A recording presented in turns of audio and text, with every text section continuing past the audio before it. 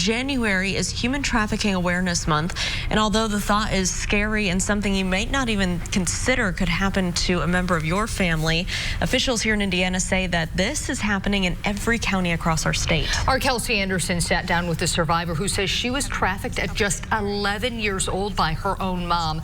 Kelsey, this brave woman is sharing her story with you in order to protect other Hoosiers. Yeah, that's right. Genevieve Meyer tells me she's speaking out now so other survivors can see there is hope on the other side of trauma and to show the world something like this can happen to anyone.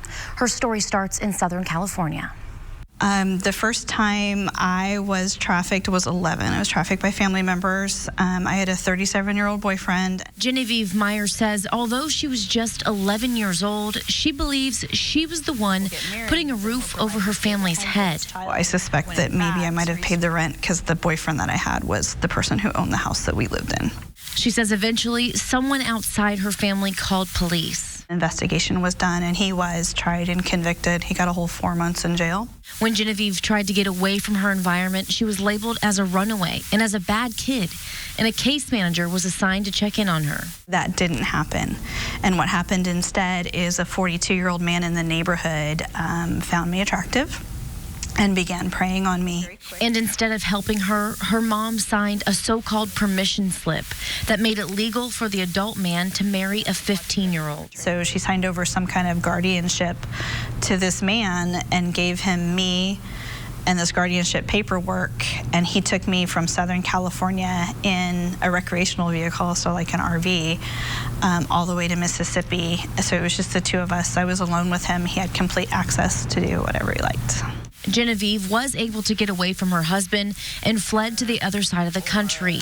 She says she became pregnant and endured an uphill battle to protect her child and get a divorce. She says she tells her story now to show how it can happen to anyone, and it could be in plain sight. And I mean, I definitely could have just left it in my past, you know, and moved forward and never spoke out about it. But yeah, to bring that awareness of it could happen to anybody, no matter, you know, what your paycheck is or what your education level is or what zip code you live in, it can absolutely happen to anybody.